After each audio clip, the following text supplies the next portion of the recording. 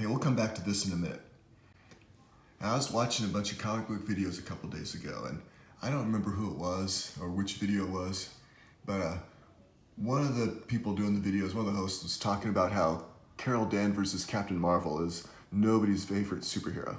That Marvel gave her a movie before other popular female superheroes, and then made her smug and unlikable. And his point was that nobody really likes Carol Danvers. Now, I've been reading comic books. I've probably been reading comic books longer than most of these people making the videos. And I remember that Captain Marvel was pretty cool in the 1970s when Jim Starlin drew him. Yeah, and I'm that old, 'cause I remember all that, and I was buying those comic books. But as cool as they were, those comic books still got canceled. And then Marvel kept pushing Ms. Marvel, and those comics kept getting canceled. And I remember one of the worst Avengers comics ever was Avengers number 200, and that even centered around Ms. Marvel. And then later on, calling her Captain Marvel didn't change anything. She still didn't have a lot of fans. So I just wanted to point out that Carol Danvers does have one fan. I found him. He's right here. And so it's right here. Take a look at this picture. Look closely.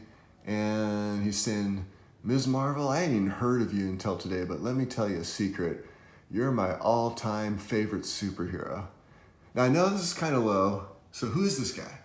This is the irredeemable Ant-Man.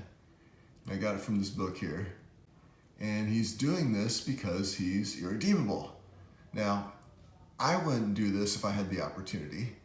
And if you're watching this video, you probably wouldn't do this either, because we know better.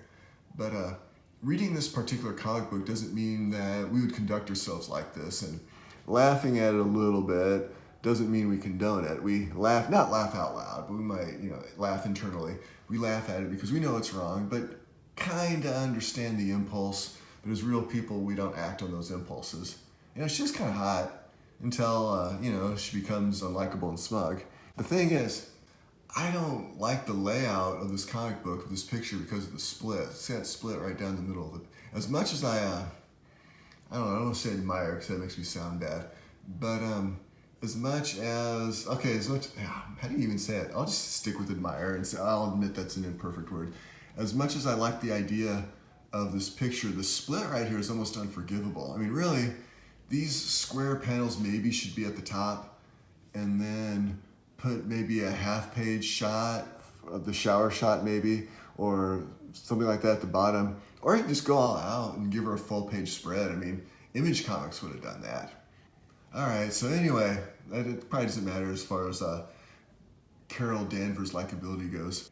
For everybody who dislikes Carol Danvers as Captain Marvel, she does have that one fan.